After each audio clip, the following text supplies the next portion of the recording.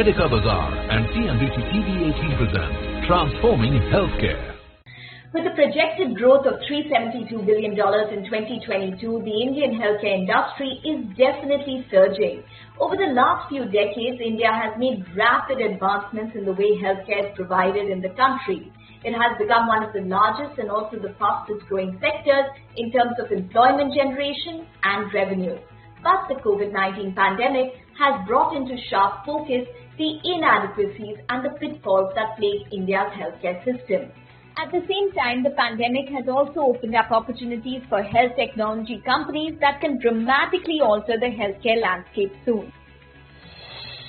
Hello and welcome to part 3 of our series Medikabazaar and CNBC-TV18 present Transforming Healthcare. I'm Medikabazaar. In today's episode, we shine the light on the significant inefficiency, dysfunctioning and acute shortage of the healthcare delivery system and infrastructure in the healthcare sector that does not match up with the growing needs of the population, and find out if health technology companies is the answer for India.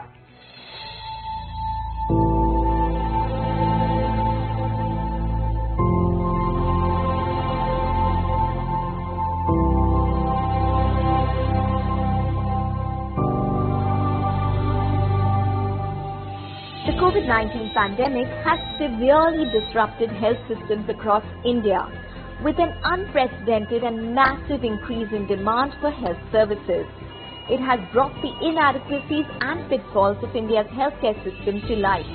The oxygen crisis-led devastation which India witnessed during the second COVID surge has shown that the nation is ill-equipped to deal with a pandemic or any healthcare crisis. There is a huge gap between the supply and demand in this country.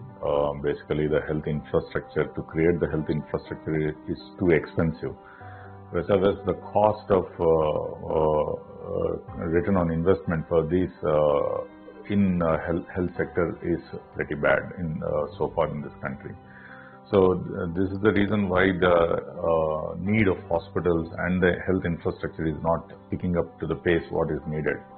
To some extent, the urban cluster is doing well with the number of hospitals and the availability of the beds. But as you go down into the rural sector, there is a huge supply-demand mismatch, and it's not matching for the hospitals or any other enterprise to set up hospitals there. Indian healthcare since independence has seen different type of challenges, and currently probably the most important thing what we need to address is the healthcare delivery system has not been developed like a referral based system. We don't see a strong primary healthcare, secondary healthcare. As a result of that, the workload is maximum in the tertiary care centers, especially in the urban area. So when we have a well-established primary and secondary care, it is going to be really helpful for the Indian healthcare.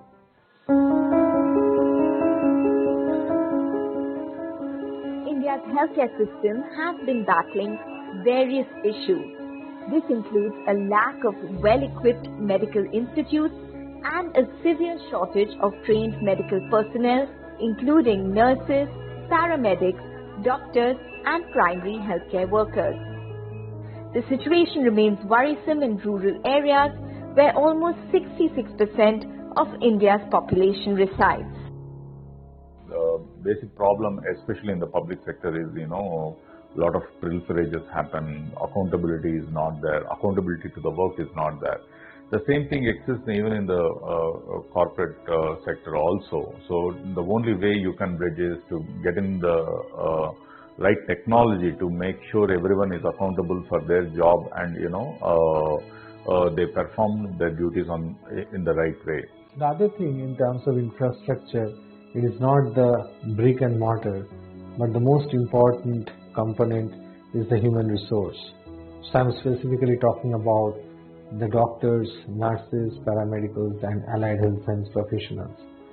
All of us, there is a severe shortage of doctors. We have problems with the availability of qualified nurses. but the other very important ingredient to make a successful healthcare ecosystem is the allied health science professionals. The growing healthcare needs in India, advanced well-equipped infrastructure, efficient and trained manpower, infrastructure to manage patient load, affordable healthcare and accessibility. Alright, time for a short break now, but we'll be back with more. Stay tuned.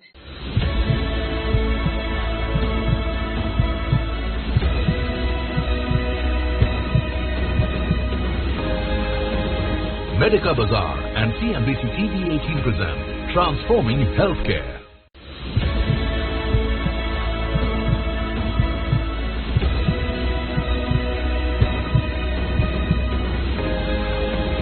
Medikabazaar and CNBC-TV18 present Transforming Healthcare.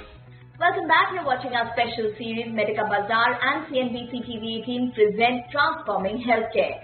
While the disruptions and crisis caused by the second wave have brought to fore the gaps of the Indian healthcare system, it also offers a unique opportunity to transform it. But with affordability and accessibility being the two major concerns in India, rural India is facing the maximum brunt of it, as 74% of doctors in India practice in urban areas, leading to the population living in rural areas lacking even primary healthcare facilities. But with a proven history of success in major sectors, can private-public partnership be the one-stop solution for the Indian healthcare industry? Let's find out more. India's healthcare sector is defined by striking contrasts. While it offers hospitals and universities which are shining examples of progress and are globally lauded for their innovative contributions, citizens in rural and low-income areas are woefully underserved when it comes to accessing affordable quality healthcare. India needs to create far more capacity in as far as Tier 2, Tier 3 towns are concerned. And I think the extent of healthcare development in Tier 2, Tier 3 towns is still significantly less than what it should be, really. So as a development institution, what we are trying to do is to focus on a segment of population which needs more access to healthcare. And we have said to ourselves, a decent portion of our healthcare services where we invest in should support those population earning less than a certain threshold, dollar per day. Healthcare cost is considered to be one of the lowest globally. However, our population, because of the consumerism, because of their ability to purchase healthcare, it is considered expensive in certain cases. But if you look at the Indian healthcare provides the first world healthcare quality at the third world's cost. So if we really need to look into the cost aspect of it, we need to look at some process development. We can bring efficiency within the healthcare delivery mechanism. The rural and urban populations of India have diametrically opposite experiences with healthcare.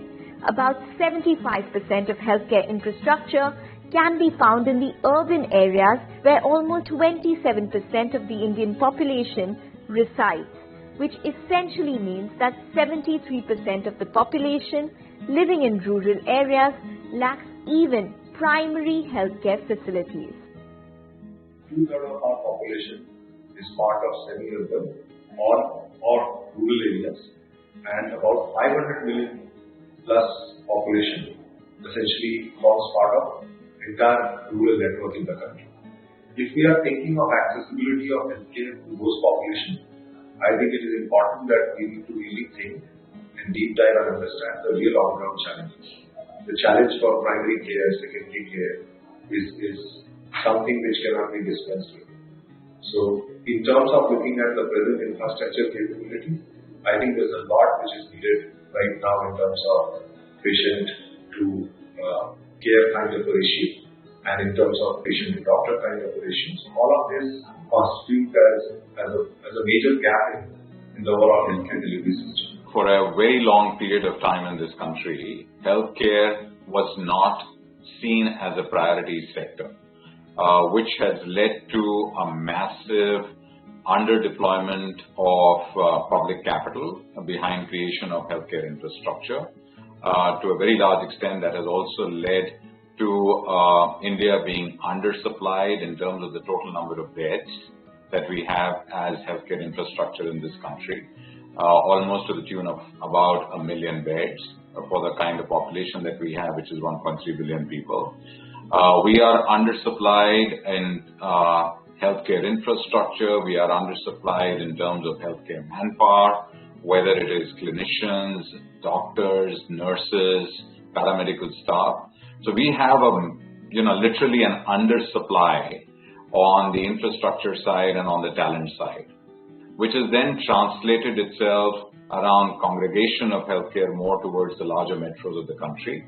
And we are therefore facing a massive shortage in the tier 2, tier 3 cities across the country. Affordability and accessibility are two major concerns in India. To this effect, several state governments and the central government have put in place various insurance schemes. In 2018, the centre also rolled out the Pradhan Mantri Jan Arogya Yojana, a health insurance scheme that provides free access to healthcare to 50 crore economically vulnerable Indians. When the Government of India announced Ayushman Bharat, or what we popularly know as PMJAY scheme, or universal healthcare coverage for all Indians, the primary objective for this scheme was to provide affordable healthcare to all. India had always been challenged in terms of looking at medical insurance penetration. The medical insurance cost was out of pocket expense. There was no government-run medical insurance incentive or scheme. The private insurers were essentially trying to penetrate the market, but the penetration was suboptimal.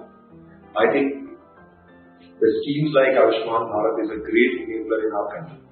With a country of 1.4 billion population, when more than 50 to 60 crores of our fellow Indians stay in rural areas, many of them are below poverty line, they cannot afford healthcare.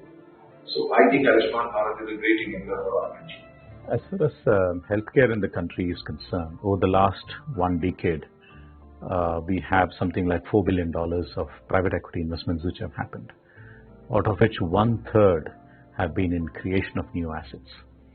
So the sum and substance is we still need a lot more healthcare infrastructure in the country, as the bed per the bed per patient or population is still considerably low than what it is in the global standards, really. Second point is, I think, as far as healthcare is concerned, it needs patient investors. Healthcare is not something which, because hospitals take time to mature, so we need patient investors, and development institutions like CDC, have played a critical role in the past in terms of providing the patient capital as far as healthcare is concerned. Ayushman Bharat, we have not only the services being delivered by public sector hospitals, but an equal number of private sector hospitals are also partnering with us. So, for example, we have about 24,000 hospitals empaneled in Ayushman Bharat. 50% of that are in the private sector. Similarly, the newly started, initiative, which the Honorable Prime Minister rolled it out on 27th of September last year, that the Ayushman Bharat Digital Mission, that also seeks to leverage the technology for delivery of health services in this country. The public-private partnership, or the PPP model in India, has seen success in other areas such as infrastructure, energy, education, urban development, tourism and more. But can it be the panacea to India's healthcare challenges? Public-private partnership is a very critical part of how we try and develop healthcare, particularly in the tier 2, tier 3 towns, as I mentioned, which have lower access to healthcare. The government has done an extremely commendable job in terms of healthcare diagnostics, which has played a very pivotal role in the PPP. We have to replicate that model into the other areas of healthcare, particularly the healthcare delivery.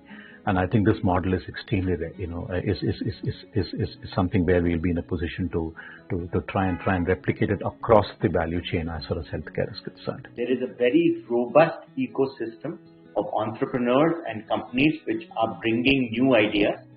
Then they need mentorship to get them off the ground along with money, get them to the venture stage where we are now beginning to see different paradigms. To me, the most exciting phases of venture right now involve point of care testing, getting healthcare to the patient regardless of how far away they live from cities, using health analytics to start to decipher where to put money in. And lastly, to my mind, it's going to be all about figuring how do we get to proper healthcare financing. Let us realize that the health services delivery in India is not exclusively by the government. It is also not exclusive by the private sector, and therefore both are, in a way, partnering in the process of health services delivery. Now, we certainly would like to incorporate and to formalize that partnership in a much more meaningful manner so that both these sectors play a complementary role to each other. If we have to create a win-win formula over here of the public side and the private side coming together, then we need to create contracts which are equivocal, which actually provide the benefits on both the sides, and it makes it viable for the private sector to actually continuously work with the public side, which I think is the need of the hour. Because when you look at the healthcare scenario the way it is in the country today, and given that the pandemic has actually demonstrated that we need to do a lot more, this cannot be done through a one-sided approach.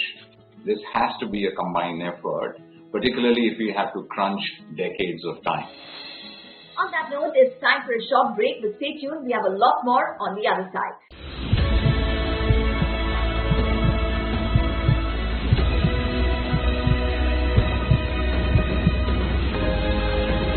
Medikabazaar and CNBC-TV18 present Transforming Healthcare.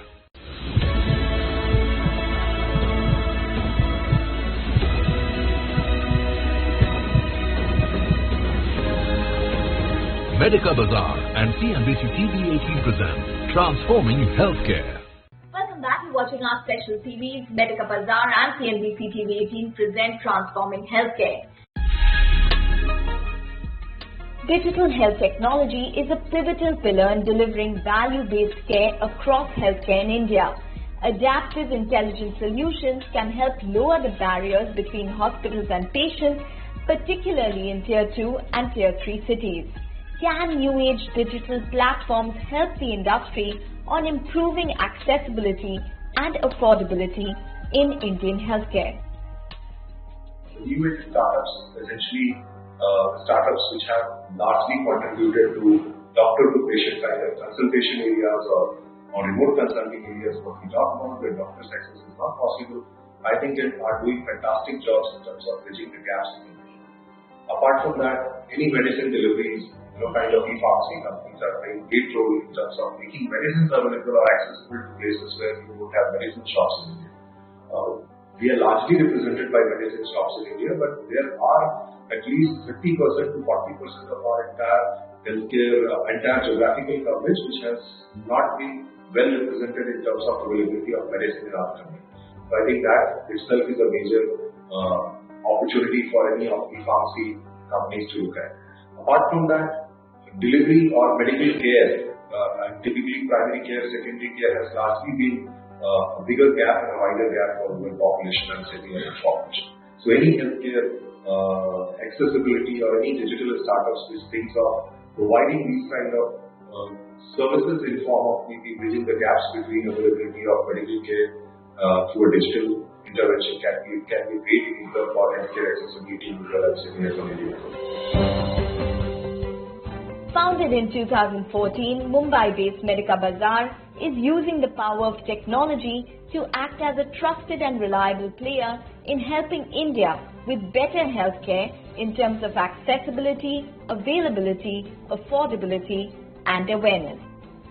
From availability point of view, we are solving a great problem because we are providing a large catalog to anyone who's trying to access any kind of medical supplies, and we are making sure that the delivery is taken care of, the time timely delivery is taken care of, and that is what we are trying to bridge the gap between urban, kind of a medical care network to rural or semi-urban medical care network. In terms of affordability, yes, we are very competitive.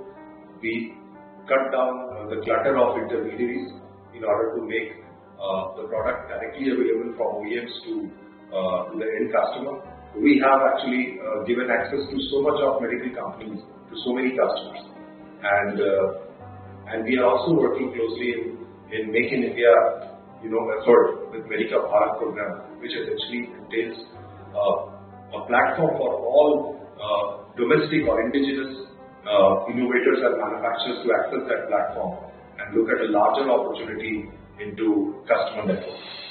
With that, it's time to wrap up this episode of Medikabazaar and CNBC-TV18 present Transforming Healthcare. From all of us here at CNBC-TV18, goodbye and many thanks for watching.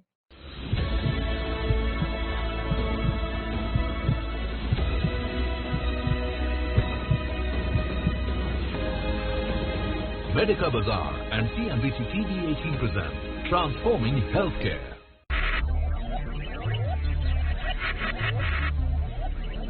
Focus, ideate, innovate, enable.